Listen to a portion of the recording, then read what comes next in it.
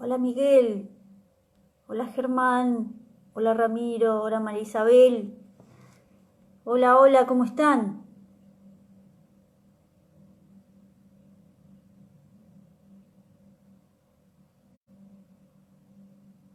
¿Cómo están? Espero que estén muy bien. ¿Cómo los trata esta noche? Qué lindo que estén ahí, salud. Hoy les voy a leer un cuento de esta colección que les dije que tenía. Les voy a leer un cuento hermosísimo y vamos a elegir al azar. Vamos a elegir al azar. Porque la verdad que son todos muy lindos.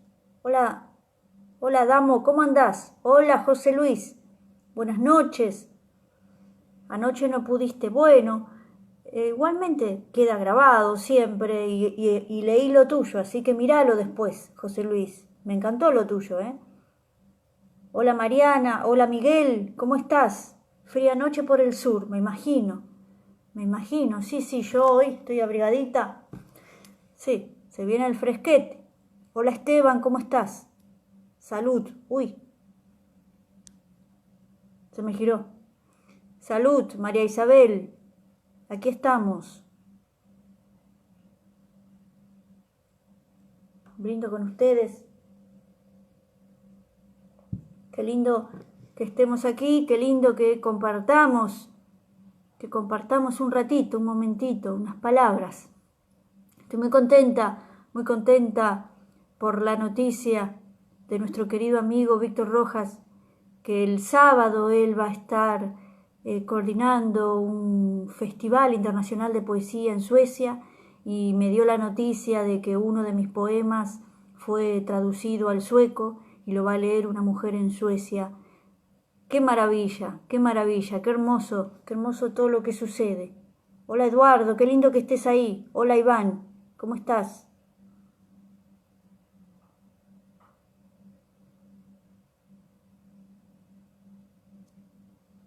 Ah, le pediste que te envíe el poema, sí. ¿Viste lo que es hermoso ese poema, el que leímos ayer, del poeta Julio Almada era? Julio Almada creo que era el apellido, un poeta hermosísimo que nos compartió. Sí, muy lindo. Hola Pablito, ¿cómo estás? ¿Cómo estás, mi Pablito? Vamos a elegir un cuento. Vamos a elegir un cuento. Voy a elegir al azar. Porque la verdad que están todos buenos. Todos tienen lo suyo. Y tengo acá hay grandes escritores. Y voy a elegir sin mirar. Voy a elegir sin mirar. Hay de todo, hay para todos los gustos. Me dan ganas de chusmear un poco. No. Vamos a dejar que la palabra sea y que se lea lo que tiene que ser dicho.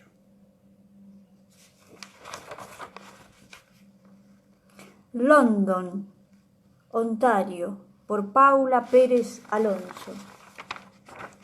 ¿Qué tal?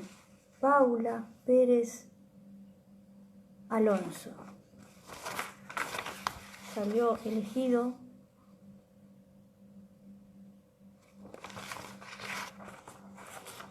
London, Ontario. Salud por Paula Pérez Alonso.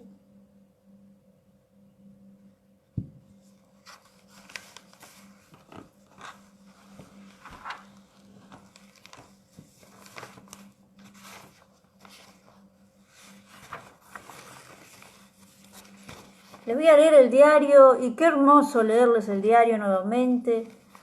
Leerles el diario para traerles la palabra, para traerles un cuento. Hola Miguel, ¿cómo andás? Hola Spinelli, ¿qué decís querido? Bienvenido. ¿A vos que te gustan los cuentos? Pasá nomás. Pasá, sentate querido Spinelli. Servite un vinito, salud. Este cuento comienza así. No me gusta llegar tarde a las citas, y ese día el exceso de celo con la puntualidad me jugó una pasada extraña. Tenía 45 minutos para hacer tiempo. Varios andamios obstruían las veredas alrededor de la Plaza Libertad, y al querer abrirme hacia la 9 de julio me encontré con la entrada de una galería oscura que nunca había visto antes. La galería parecía abandonada, los primeros locales estaban cerrados, pero vislumbré al fondo del pasillo una librería de viejo, con cantidad de libros apilados, del piso al techo, de una manera caótica y loca. Me llamó la atención por su anacronismo. Ya nadie ofrece o exhibe libros de ese modo, si quiere venderlos. Al entrar vi a 2 hombres conversando en voz baja. El que estaba sentado sobre una escalera de 3 escalones me indicó: «El librero está aquí». Agradecí, sobre todo porque sabía cómo iba a pasar los 45 minutos que creía muertos. Vendían libros en distintos idiomas e imaginé que tendría alguna chance de encontrar la correspondencia entre Darwin y Wallace. El local estaba iluminado con luces blancas de cierta potencia y noté el mal estado de la mayoría de los usados. En los estantes se cruzaban el ambiente abovedado. Había 2 filas y en el centro 3 mesas repletas de columnas con volúmenes acostados. Miré los lomos intentando interpretar algún orden y por suerte lo encontré. Cuando el visitante se fue, me acerqué al dueño a preguntar el precio. Me sorprendió. Era el hermano de un compañero del secundario, un colegio tradicional de varones. «Vos sos Esteban Menéndez», me dijo sonriendo. Le dije sonriendo. No me reconoció. Nos habíamos recibido hacía más de 30 años y él era 4 o 5 años mayor que nosotros. Y en general uno se acuerda de los más grandes y no tanto de los menores. Le pregunté por Luis y me contestó secamente: «Murió hace un par de años, en Canadá». Yo no recordaba haberme enterado, me sorprendí. Se quedó callado y después de un momento dijo: «Sí, alguien le robó la idea de un proyecto que estaba desarrollando y no resistió el disgusto». Me contó que Luis vivía en London, Ontario, y que los canadienses no son tan serios como se cree. Confundido por la explicación, pagué y me fui. El eufemismo con que había contado esa suerte Esteban me inquietó. Si hubiera sido una causa natural, un infarto o una ACV, lo habría dicho. Esa noche, al llegar a casa, googleé a Luis Menéndez. Busqué la noticia de su muerte. Me resultaba raro que se hubiera ido a vivir a otro país. Pero sí, ahí estaba su obituario, en el típico formato anglosajón que le imprimía la página web de una casa mortuoria de London, Ontario. No había foto de él. Los avisos de siempre: mujer e hijos, familia, amigos, de los parientes, pero ningún amigo reciente del colegio.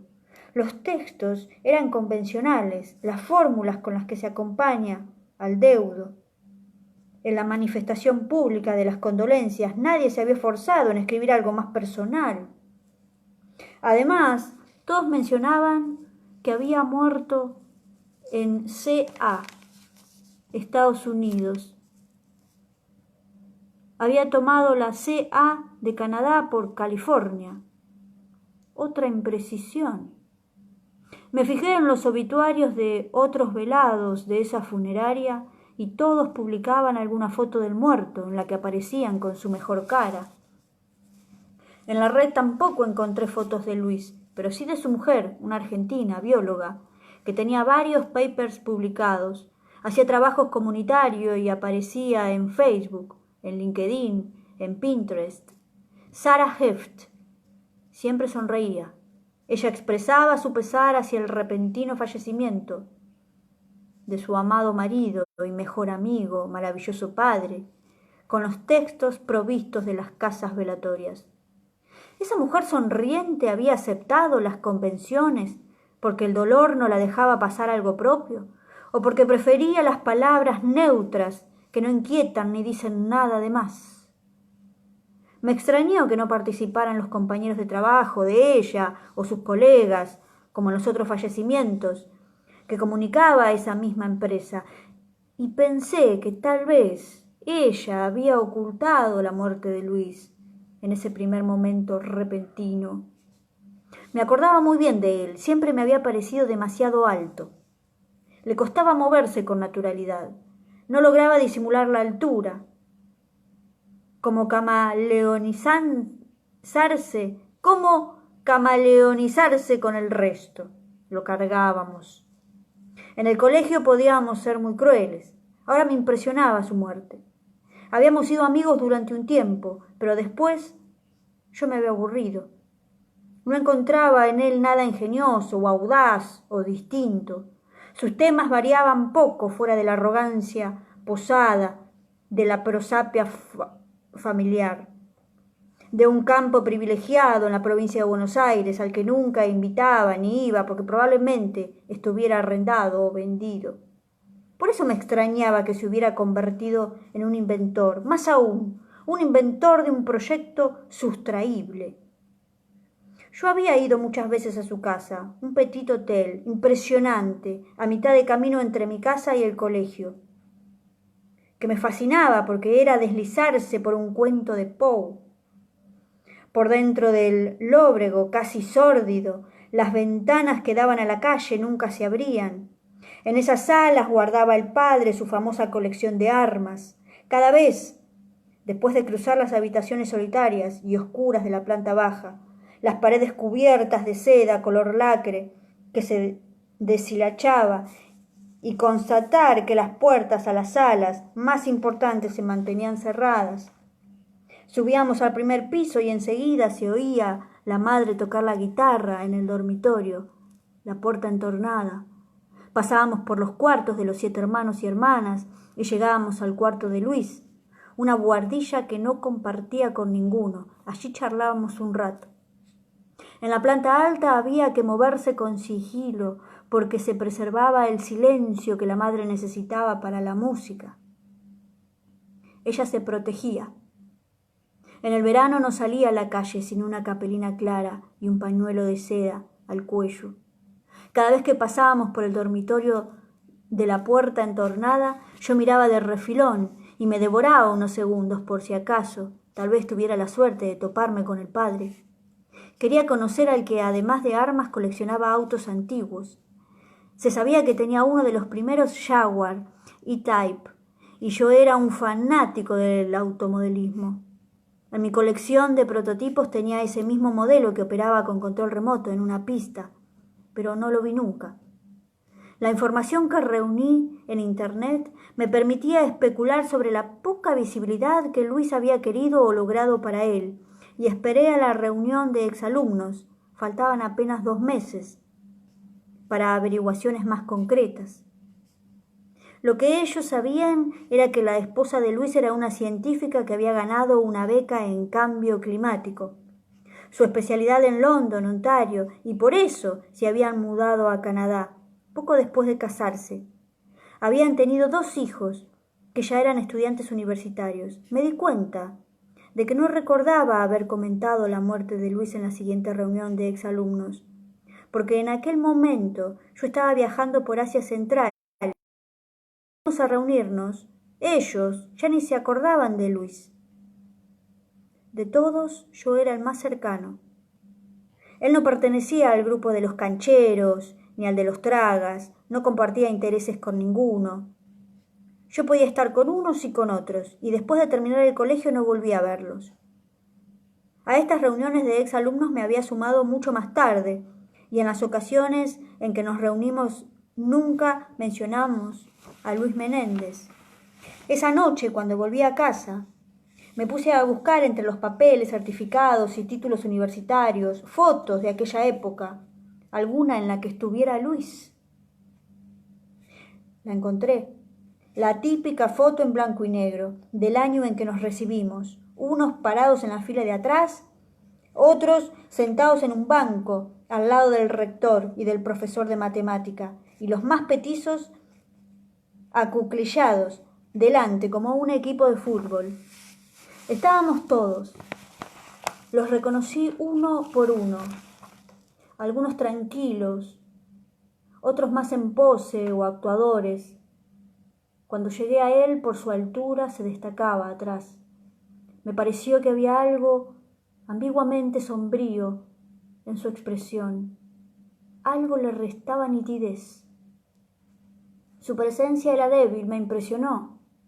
¿Qué podía haber inventado Luis que no había llegado a patentar a tiempo? Ese año viajé a la península de Yucatán y a Oaxaca, y unos días antes de volver decidí abrir mi pasaje y tomé un avión a Toronto y de ahí otro a London, Ontario. Recorrí la pequeña ciudad arbolada, llena de calles con nombres de la Londres original: Oxford, Regent, Waterloo, Covent Garden.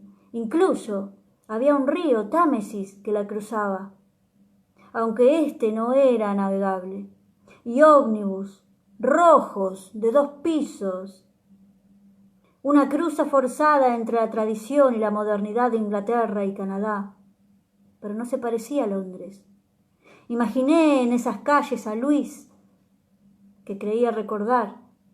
Llegué hasta su casa, perfectamente mantenida, con jardín obsesivamente cuidado, como tantas otras, de un suburbio próspero, de la que no salía ni medio sonido.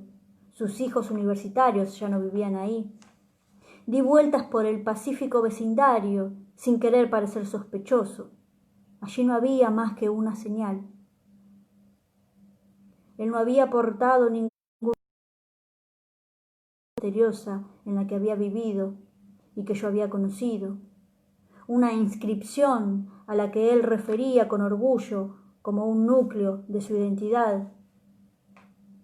Al día siguiente llamó a su esposa a la oficina. Me atendió una secretaria. Sara se sorprendió cuando le dije que era un compañero de colegio, que pasaba por ahí y que me gustaría saludarla. Ella me dijo que viajaba al día siguiente. Si quería verla tenía que ir esa misma tarde, antes de las 4. Llegué a las 3 en punto, y la secretaria me hizo pasar a una sala de reuniones. El edificio era moderno, lo que se llama un edificio inteligente. Mientras la esperaba me pregunté qué le diría. No sabía bien por qué estaba allí, a qué había ido. Reconocí así que algo parecido al afecto me había movilizado. Cuando la vi, pensé que no recordaba haber salido de noche con Luis.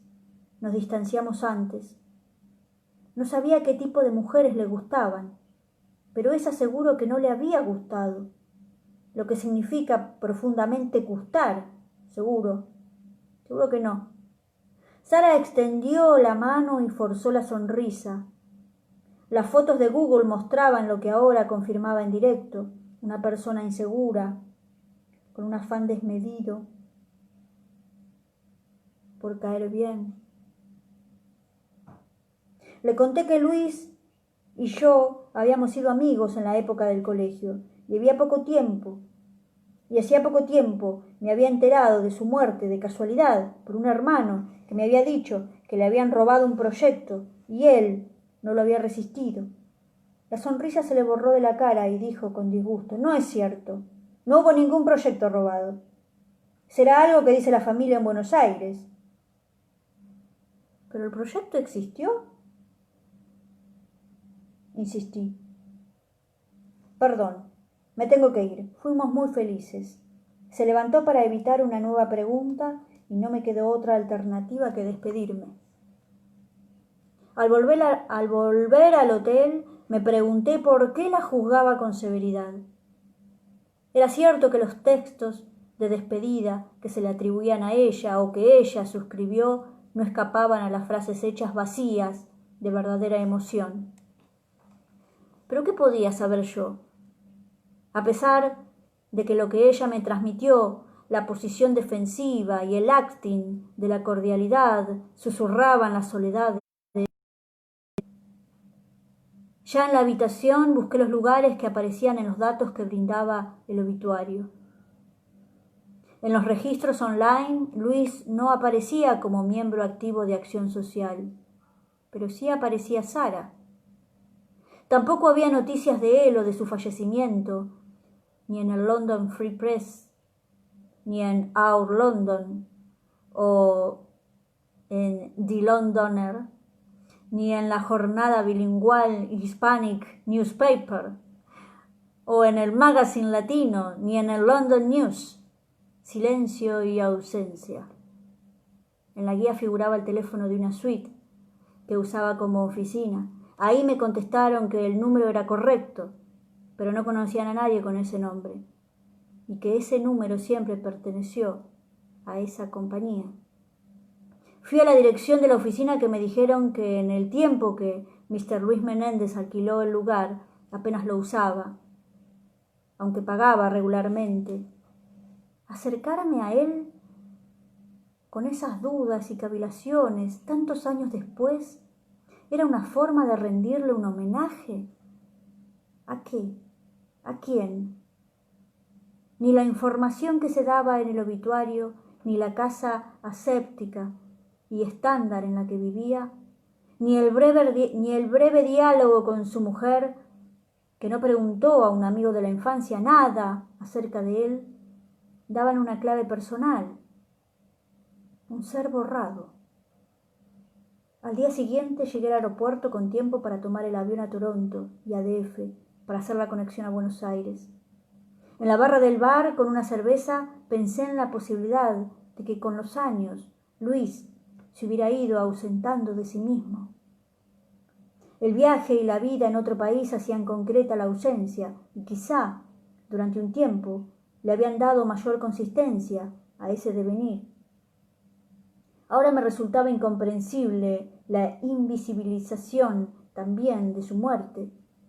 Un hombre de mediana edad se sentó a mi lado, con la típica ansiedad del que no aguanta el silencio. Me sacó tema preguntándome de dónde era. «De Argentina». «Ah, Argentina», me dijo. Hace años conocí a un argentino. Estaba desarrollando un proyecto, pero le robaron la idea, lo mataron. «He got killed». Una lástima. Buena persona. No me dio tiempo a preguntarle nada. Enseguida agregó con rapidez: «Me tengo que ir. Ya sale mi avión. Adiós. Buena suerte». Y se alejó por el pasillo. Me quedé clavado en mi asiento. Cuando pedí la cuenta, noté que mi compañero ocasional no había tocado la cerveza que había pedido. Ni siquiera se la había servido.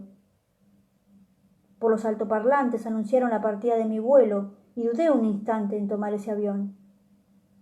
En el regreso a Buenos Aires pensé que, despojado de fantasía, a Luis no le quedaba más que la muerte. Los hechos no reclamaban ninguna justicia. Haber seguido una pesquisa real o ilusoria habría sido meterme en una intimidad a la que no era convocado. Él tampoco estaba ahí.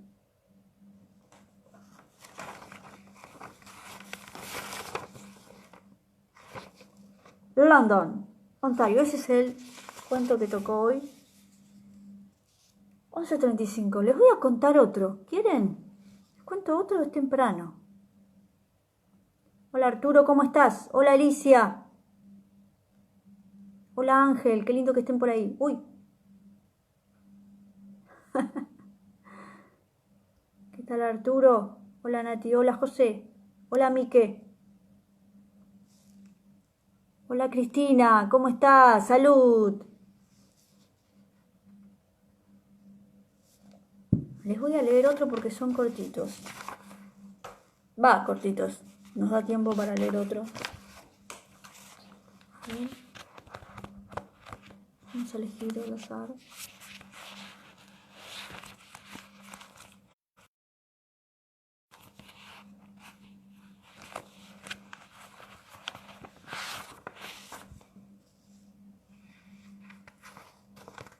La vida real. Me gusta el título.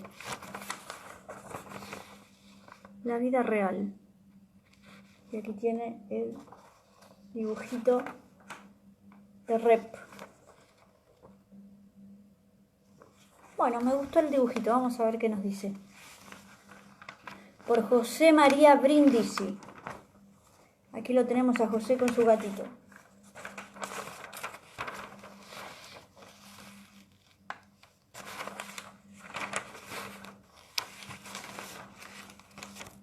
La vida real. Me cago en Joyce. Ah, así arrancamos. Me cago en Kafka y en la pelotudez de sus obsesiones de enfermito. Me cago en el forro de Faulkner, que a cada rato nos refriega en la cara las 6 semanas. Apenas que le llevó a escribir mientras agonizo. Me cago en el pelotudo de Nabokov y sus bermuditas y sus fotos vergonzosas con las que logró engañar a un montón de imbéciles haciéndonos creer que fui uno de ellos por un tiempo, que cazar mariposas era una aventura llena de misticismo e incluso valor. Me cago en Burroughs, que se pasó la vida con un sombrero porque de lo contrario no era nadie. Me cago en Wilde y sus 20.000 elegantísimas maneras de decir cuánto le gustaban los machos. Me cago en Poe, pensé, y en Lovecraft, y Maupassant. Uy, qué miedo. Me cago en Rulfo, pensé, los muertos no piensan, ni hablan, ni mantienen vivo nada. Están muertos, punto. Me cago en la deformidad de Finnegan's Wake, solo por cagarme 2 veces en Joyce. Me cago en todas las trilogías de 2 pasos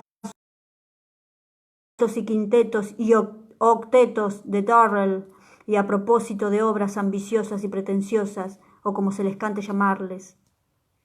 Me cago en la mierda de los 7 tomos de Proust, pensé. Me cago en Proust, pensé. Pero no pude. El hijo de puta es tan, pero tan bueno, tan inteligente, tan sensible y sobrio y agudo, tan encantador que no puedo evitar creerme todo, disfrutar todo, sentirme abrumado y comer la magdalena con la ingenuidad de una virgen y recordar.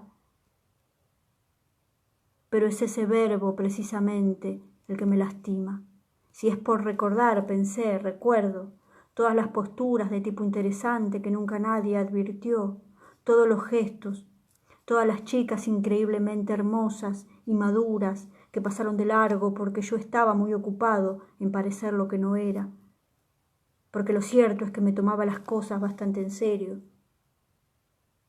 si no, lo que nadie tenía por qué importarle. Cuando alguna noche volvía a casa temprano, apurado, mi buen amigo Sergio decía: Lucas, se va a escribir unos poemas. Algo de razón tenía, porque sí, escribía de noche, por orden del imbécil de Kurok. Pero eran cuentos y no poemas, y tampoco es que me fuera corriendo a escribir, sino que por momentos me hartaba de tanta estupidez. Por otro lado, era uno de los pocos que trabajaban, por lo que en vez en cuando, para mantenerme o parecer al menos lúcido, necesitaba dormir 6 horas. Sin embargo, apenas puede considerárselas como excusas válidas. Era bastante tímido, así que la introspección me facilitaba muchas cosas, o como mínimo me proporcionaba un lugar seguro a partir del cual observar y actuar cuando me fuera posible. Claro que si nunca me era posible. No es que me mantuviese apartado, ni mucho menos. Hasta podría decirse que participaba del centro de la escena.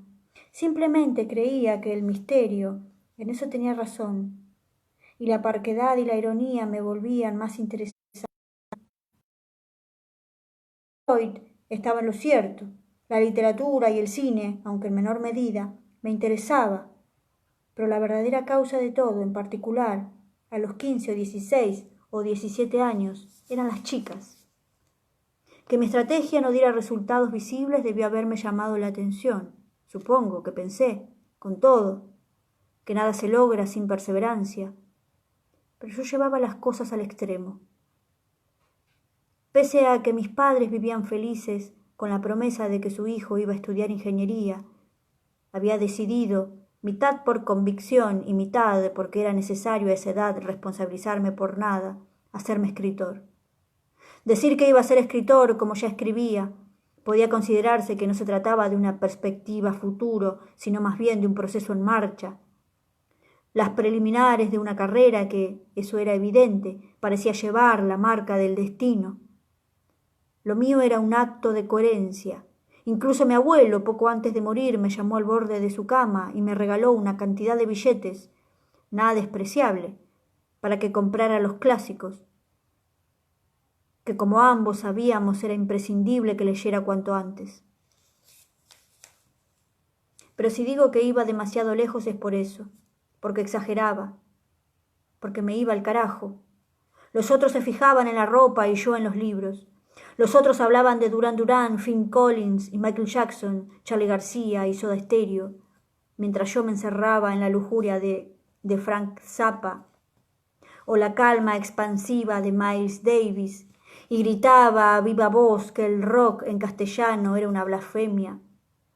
Los otros volvían una y otra vez a películas como Mad Max, que subrayaban su masculinidad y su sentido del humor, o confesaban su amor incondicional por Andy McDowell, lo que los hacía encantadores,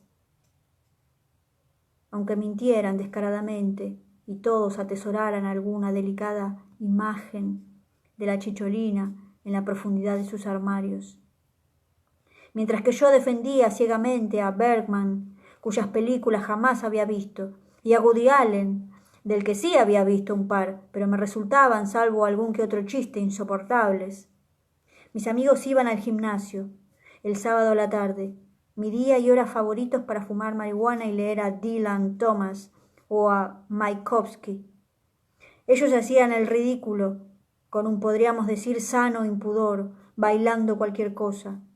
Yo prefería el tango, que en la segunda mitad de los 80 nadie de mi edad escuchaba, ni muchísimo menos sabía bailar.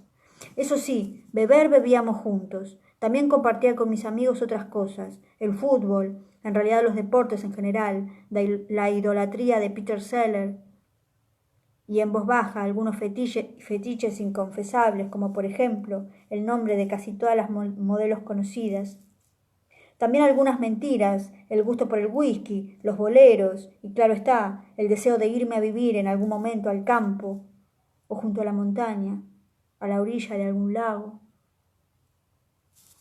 En cambio se produjo el comienzo de ese quiebre, más bien en el cumpleaños número 18 de Ana. Era la última semana de febrero y como todos los años significaba para muchos el momento del reencuentro, luego de las vacaciones.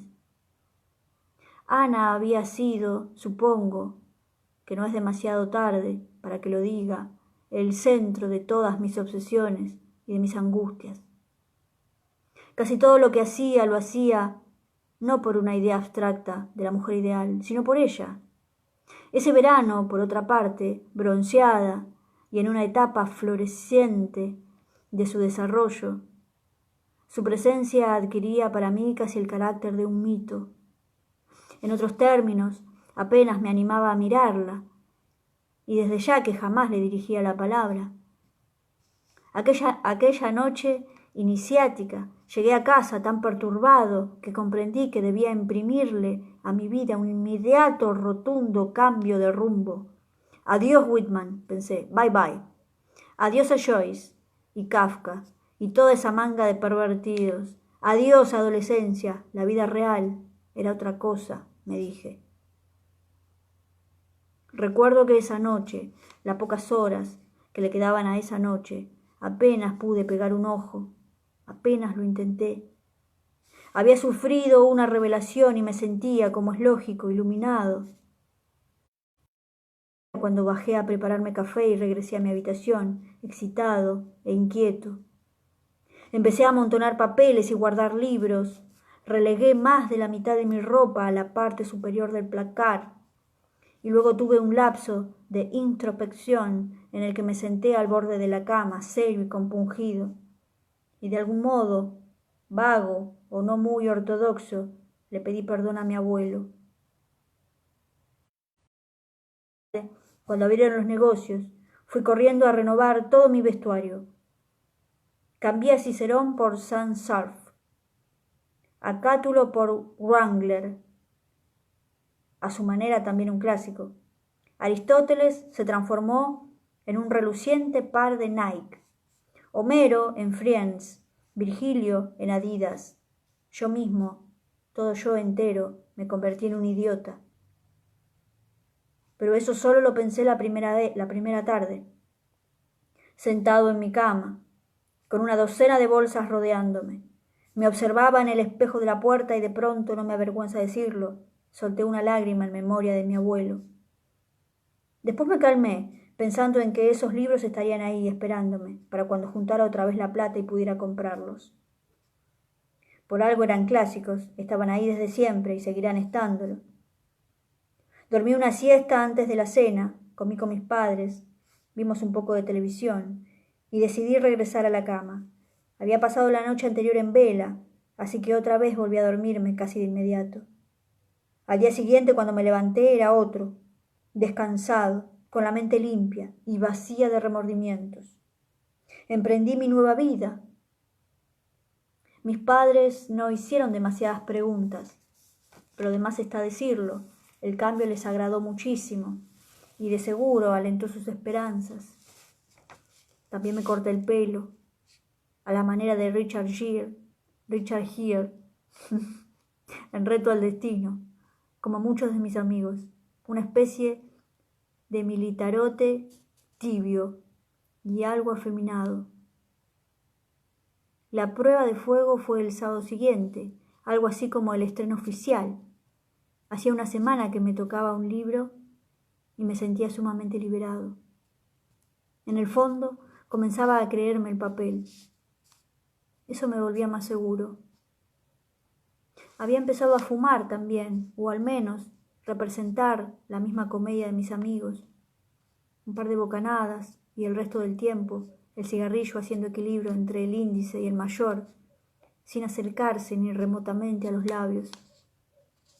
Mario y Sebastián pasaron a buscarme poco después de cenar, como solían hacer. Ya habían incorporado mi transformación, pero en cambio era yo el que me chocaba con una sorpresa. Los dos llevaban remeras rosas. Era indudable que iba un poco atrasado. Por lo demás, estábamos en sintonía. Llegamos al kiosco de Rivadavia y Nazca. Tomamos unas cervezas baratas y después fuimos para Cerebro, el pub que últimamente era como nuestro nido. Se llamaba igual que una disco de Bariloche y el recuerdo del viaje de egresados todavía nos encendía con facilidad. Seguimos con las cervezas, ya no tan baratas, y fueron llegando los otros hasta que por fin vi aparecer a Ana. Esperaba un impacto, y lo tuve, o lo tuvo ella. Pensé que jamás me había prestado atención, pero de inmediato comprendí lo equivocado que estaba cuando noté la violenta transformación de su rostro. Eso fue de lejos, cuando entró con Lucía, Carmen y algunas más, y comenzaron a buscarnos con la mirada. A mi lado, en cambio, se mantuvo incólume, me besó en la mejilla, casi seguro sin mirarme, y se sentó con sus amigas a herirnos a todos con su belleza eruptiva. Yo trataba de mantener una postura sobria, superada, en pleno dominio de mis actos, pero era evidente que algo había ocurrido. Pensé que debía tratarse de las remeras rosas, que 2 o 3 más de los chicos llevaban. Pensé que en eso la había decepcionado. La idea, sin embargo, aún para esa edad y ese contexto, era ridícula. Terminé de entenderlo no por un ataque de lucidez fortuito, sino, muy por el contrario, a causa de uno de esos electroshocks con los que a veces se divierte el destino. Varias horas más tarde, en el momento de despedirse, me dedicó un beso más ligero y más prolongado, a la vez que aprovechó para decirme en el oído: «¿Qué te pasó, tonto? Me gustabas más antes». Suspiró y luego: «Los hombres nunca entienden nada». «¿Qué hombres? A esa edad Podía hablar ya de hombres, así, en plural. Ahora bien, que al menos yo no entendía nada estaba clarísimo. Me cago en Proust.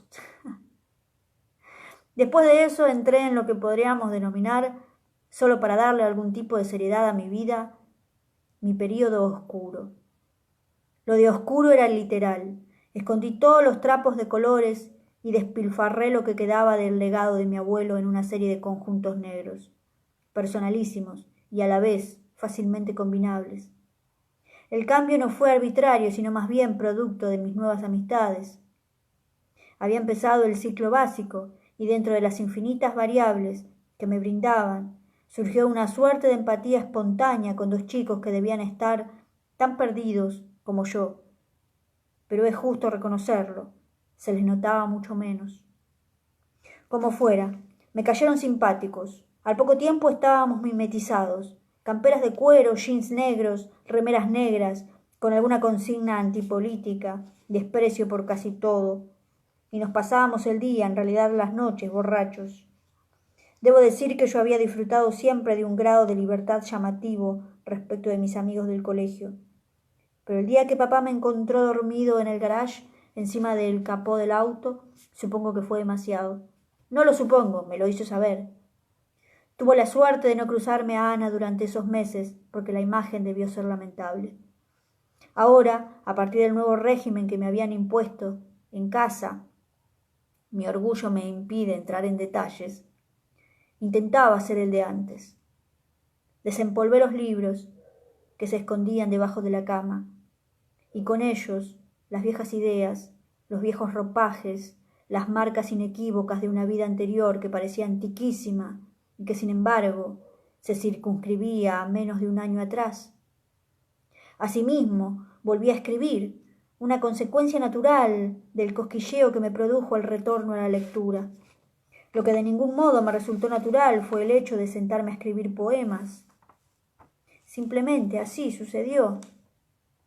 Por supuesto, no se lo conté a Sergio, ni por el momento a ninguno de los otros. Lo cierto es que tampoco salí mucho. Prefería encerrarme a estudiar y a calmar el ánimo de mis padres, y por qué no el mío. Seguí resistiéndome al ritual de los sábados, pero con la primavera también retornaban las fiestas, o empezaron a darse cada vez más seguido. Aguanté imperturbable hasta que Sebastián programó un fin de semana en su quinta. Era demasiado prometedor. Y pensándolo bien, se trataba incluso de una nueva oportunidad. Después de todo, Ana me había dicho que le gustaba más antes. ¿Había sido ella? ¿Era a mí a quien le hablaba? De lo cual podía sacar dos conclusiones irrefutables. Le gustaba. Y le gustaba como era antes, es decir, como era ahora que había resuelto ser el de antes. No entendí entonces el porqué de su indiferencia, de su silencio y su distancia durante todo ese fin de semana. No lo entendí hasta que la tardecita del domingo, cuando la pileta estaba casi vacía y decidí ir a dar unas brazadas, en algún momento fue como si perdiera noción del tiempo, o como si tuviese más aire en los pulmones. Me sumergía y nadaba como si fuese el hombre de la Atlántida, sobre todo porque como él, aunque no sé si es pertinente que lo diga, como él también yo añoraba algo. De pronto, cuando ya estaba cansado, me asomé a la superficie y la encontré sentada al borde de la pileta, esperándome. Parecida a una sirena, igualita, diría, a Lauren Bacall, en alguna película que no recordaba pero seguro había existido. O de lo contrario era preciso inventarla con urgencia. Caminé hacia ella. No era mi intención, pero debía notárseme la alegría, o el alivio, o todo junto. También la excitación, la certeza de haber llegado al final del camino. No era así. No en el sentido que yo lo imaginaba. Las palabras de Ana, su cantinela morbosa, me arrastraron sin que tuviese tiempo de reaccionar al fondo de un abismo. Mi propia personalidad, a la que simplemente estaba tratando de retornar, no era más que una pose, decía el demonio, y me reprochaba mi falta de convicción, mi endeblez. mi falta de pasión, mi absoluta infidelidad para con mis ideas y mi modo de sentir. ¿Cómo explicarle que salvo respecto de ella no tenía ninguno? En adelante, ¿cómo decirlo? Todo se derrumbó. Me volví un payaso. Olvidé todo lo que sabía y no aprendí nada nuevo. No sé cuántas veces fui de un extremo a otro, cuántos personajes inventé, cuántas mentiras me creí. Sí sé que dejó de importarme casi todo, menos Ana. Ya no estaba tan seguro de mi amor por ella, pero en el fondo era, antes que nada, un objetivo. Y ahora que no me quedaba ninguno, también era mi único desafío.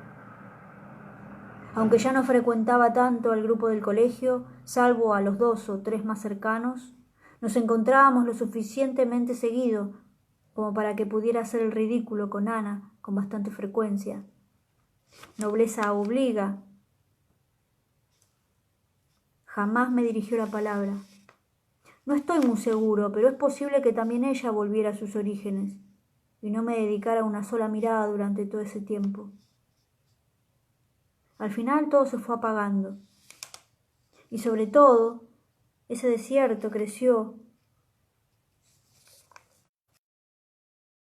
mi gusto por la escritura. Empecé a leer a los clásicos también. No podía compararlos, aún. Pero siempre encontré a alguien que me los prestara con la emoción de estar compartiendo un secreto o incluso un milagro. Volví a ver a Ana después de casi 2 años, la madrugada de un año nuevo. Estaba sentado en un bar y la vi bajarse de un descapotable lujoso, de una marca que ni conocía. Vino hasta mí, me dio un abrazo fraterno y dijo, por supuesto, en mi oído, gracias. Me enseñaste muchas cosas. Después se fue, en algún sentido más hermosa que nunca, y yo me quedé pensando en todas las cosas que uno puede llegar a hacer sin proponérselo. No sabía que podía haberle enseñado, pero tampoco me convenía ya averiguarlo. Se la veía feliz. Si uno cree en la felicidad de las niñas tontas sentadas en descapotables, yo soy capaz de creer, con todo, no creo haberle enseñado nada, nada bueno, nada duradero.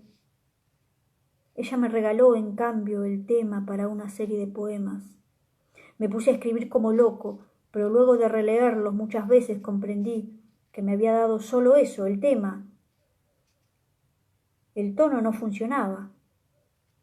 Debían estar bañados de melancolía y de una ambigua oscuridad, y sin embargo transmitían un optimismo reluciente, casi pegajoso.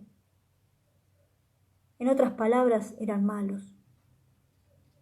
Pero a pesar de mi primer fracaso, ya no pude abandonarlo. Sentí que se lo debía a ella, de algún modo, y que aunque ya comenzaba a olvidarla, pensé que todo ese sufrimiento había servido para algo. Terminé de convertirme en un poeta, supongo, o algo como eso. José María Brindisi, La vida real. Salud.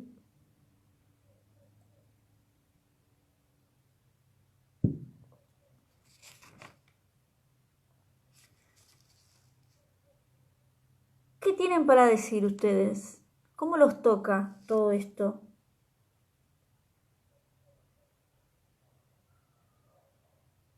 Esa rebeldía, la rebeldía de la adolescencia en la que uno está buscando su camino, hasta que luego se reconfirma, ¿no? Hasta que luego uno se amiga con esto que vino a hacer, con el propósito, con lo que vendría a ser el verbo, ¿no? El verbo elegido, el verbo azul, como decía Silvio Rodríguez. Cada uno tiene su verbo, ¿no? Cada uno vino a hacer algo. Y en el camino por descubrir ese verbo, uno puede responsabilizar a situaciones, hechos, personas, pero pienso que en realidad todos los caminos llevan hacia ese verbo, ¿no? Me gusta pensar así, me gusta pensarlo así.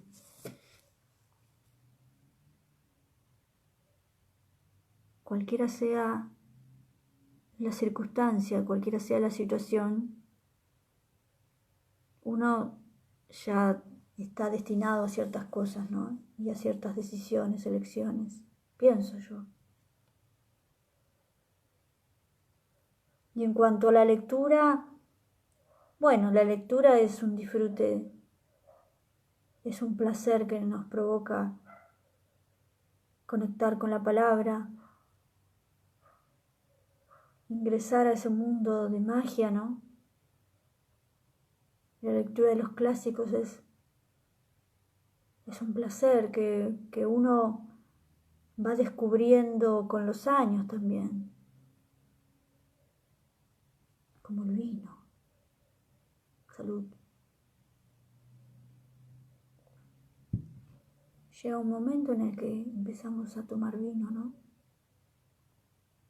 Y empezamos a escuchar tango. Justamente ayer estaba escuchando un tango tan hermoso. Estaba escuchando Grisel. Qué belleza. Y siento que hoy lo puedo disfrutar como nunca.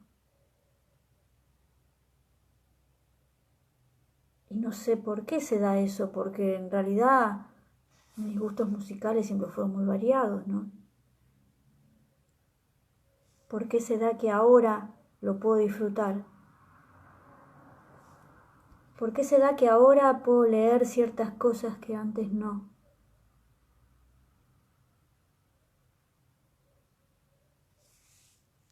¿Están ahí? ¿Qué tal, Miguel? Hola, Miguel, ¿cómo estás? José María. Me encanta tu moño. ¿Qué moño? No sé qué es un moño. No tengo moño hoy. Tu moño.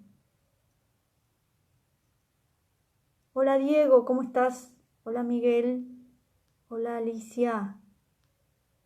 Arturo. Hola, Manuel, ¿cómo andás? Eduardo. Solo te escucho, no te veo. Bueno, está bien también, mejor todavía. Salud, Manuel. Tiene que estar rico el vino que tomas. Sí, está rico. Hola, Fabio. Ángel. Buenas noches, querido. Hola, Fabián. Spinelli. Spinelli, ¿no te había saludado ya? ¿Fuiste y viniste? ¿Fuiste y viniste? ¿Fuiste y viniste? Hola, Marcelo. Si están por ahí, yo los saludo. Los saludo. Disculpen si no están, pero bueno. Hola, Dani. Hola, Marito. Hola, Rolando. Hola, Marcelo. Qué bueno que estén. Ser o no ser. Sí, ¿no es cierto? ¡Salud! La adolescencia es uno de los mejores estadios de la vida. Va siempre sin frenos, con la mirada erguida y desafiante. Sin miedo, ¿no? Esa edad camuflada. La palabra es un milagro. Sí. Salud, Manuel. Salud. Salud a todos.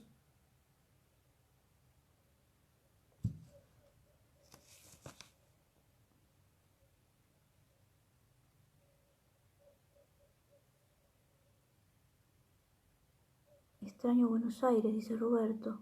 Pero, bueno, ya vas a venir. Ya vas a volver.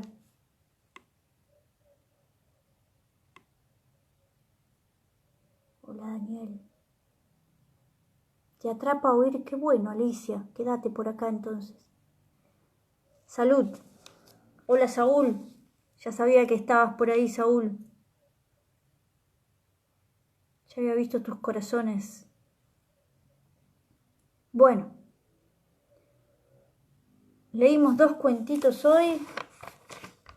La vida real, por un lado, de José María Brindisi, y London, Ontario, por Paula Pérez Alonso. Ha sido un placer compartir una noche más, unos cuentos, y que cada uno toma lo que necesita, ¿no? Cada uno se lleva su propio aprendizaje. Hay un mensaje que nos viene a dar, ¿no? Cada cosa que escuchamos. A cada uno le resuena de manera diferente, ¿no? Espero que les haya gustado. Qué lindo ese con el corazoncito. Nos encontramos mañana entonces, a las 23 horas. Y seguimos leyendo, reconociendo en el otro también. Hola Juan, ¿cómo estás? Porque leer es un disfrute.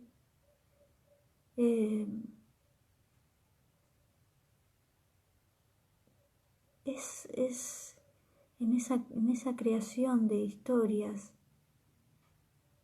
en la creación que el lector se va haciendo, ¿no? De lo que lee.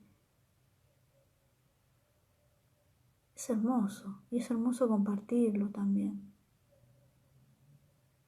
Vamos a descansar, vamos a dormir. ¡Salud!